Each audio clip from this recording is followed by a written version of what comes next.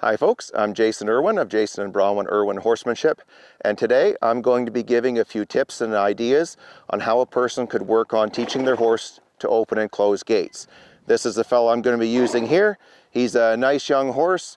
I did intentionally pick this guy though because he is a little bit younger and greener. He definitely does not have a fancy handle on him, so I think he's a good candidate. He'll probably make a few mistakes as we go along here, but it should be a little bit more true to life.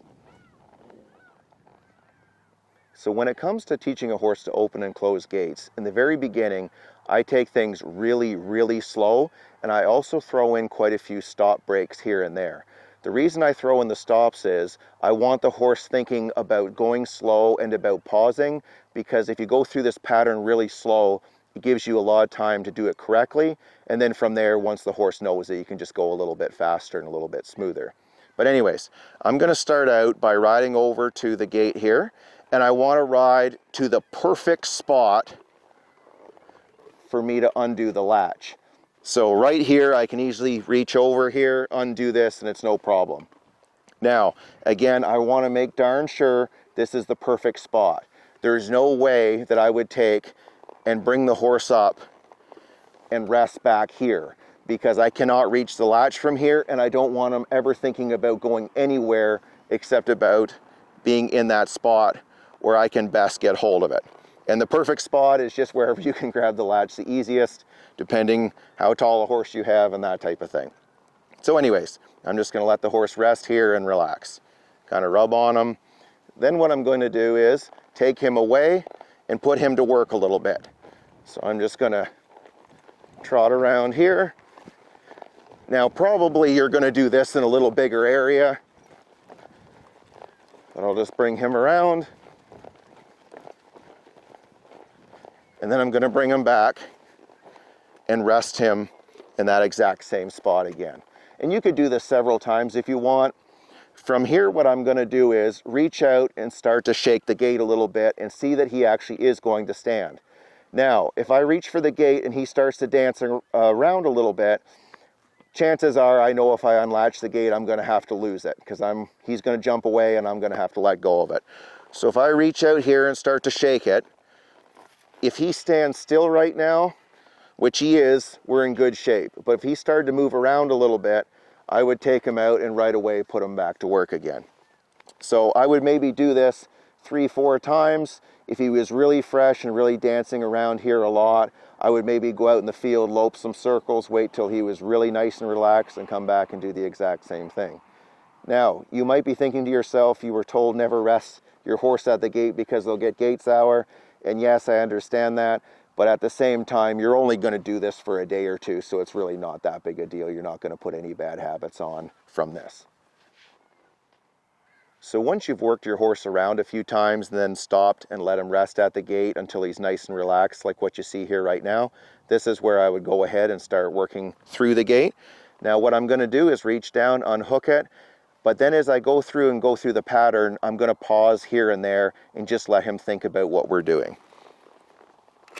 So unhook this here. I'm going to just bring this guy back a little bit. Go ahead and ride through. And right here, I'm going to stop and just give him a second. I'm just going to rub on him, let him relax again.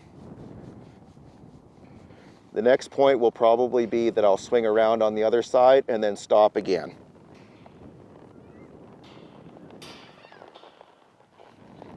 All right, like this. And here I'm going to pause. Now this is probably the spot most folks get into trouble with.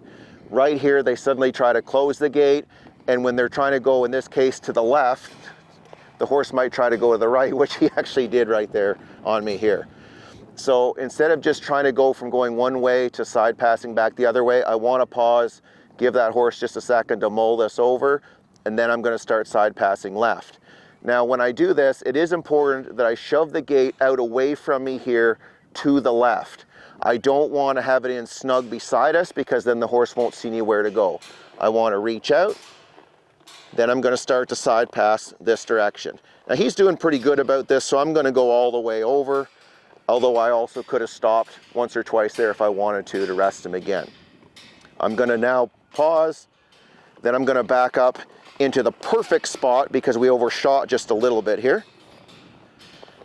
And then I'm going to go ahead and pause here. And I just might rub on him a little bit as well. And then from here it's pretty easy. I can just reach down and undo the latch. So I'm very happy with how this guy did with this. That was pretty nice. But think about that, throwing in lots of stops. The more stops you throw in, the more your horse will think their way through this exercise. The more you rush, the more your horse will rush through it. And the more your times you're probably going to run into where you have to let the gait go. So just keep that in the back of your mind. One common problem that a person can run into when it comes to opening and closing gates is they'll reach down to grab the gate, and then what will happen is by accident they're going to squeeze with this leg, which will actually have their horse side pass away from the gate when they want to side pass towards it. This is especially the case if you're riding a really tall horse, because you might have to lean down quite a ways, and then whether you want to or not, you'll find yourself squeezing with this leg. To get around that problem, one thing I'll do is I'll side pass in the direction that I'm leaning out away from the gate.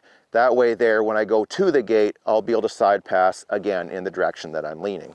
So for instance, right here, I'll intentionally shift my weight to the right. Now I'm going to ask the horse to side pass right. And you can see he's just a little bit confused by this. But then as soon as he takes a step, I'll just quit on him and kind of rub on him a bit. He's overthinking this. Again, I'll lean right, side pass a step or two right, and then stop again. And if you play with that out here in the open, then when you go over to the gate, you'll be able to lean over, reach down for the latch. If your horse was to go the wrong way, you could just still hold onto the gate and side pass him back where you came from. Now, if you've been watching this video and thinking to yourself, this is all great, except my horse doesn't know how to side pass, I'm just going to give you a couple quick tips on how you could start teaching that. So this is all away from the gate. We want to make sure they can side pass out in the open before we try to do anything at the gate. So I'm going to walk a circle, then I'm going to pick up, squeeze with my left leg, move the horse over a step or two like that, and then just ride forward. And this is one way that you could go about this. So I'm going to do it again here. I'm going to ride around, I'm circling left. When I'm ready, I'm going to pause the horse by picking up lightly on both reins, squeeze with my left leg, and then side pass him over. Kind of like that. And it's not a very straight side pass, but it's over, and it's a good place to get started. Another way that you can introduce the side pass is to use a fence like this. The fence here, I do want to point out the electricity is not on. But anyways, the fence prevents the horse from moving forward, so it's a little bit easier to have the horse start to think about moving sideways. So to side pass to the left, I'm going to pick up lightly on the reins, put just a tiny bit more pressure on my right rein here, squeeze with my right leg, move the horse over a step or two, kind of like that. Then I would just pause, rub on him, pet him, and then ask again. Kind of like that. And as you go along with this, practice keeping your horse nice and straight, and then as you go along, you can just side pass more steps. Now, if you've been working on this and it's not been going well, like maybe your horse has jumped away from the gate a few times and you've had to let go of it, another idea is to go through the pattern just without the gate involved. So what I'll do here is, like here, I'll swing the gate open. It's no longer part of the equation. I'm just going to ride up, stop the horse, pause, then I'm going to back up, ride through, pause, pretend like I'm riding around the gate, pause, and then side pass back as if I was closing the gate again.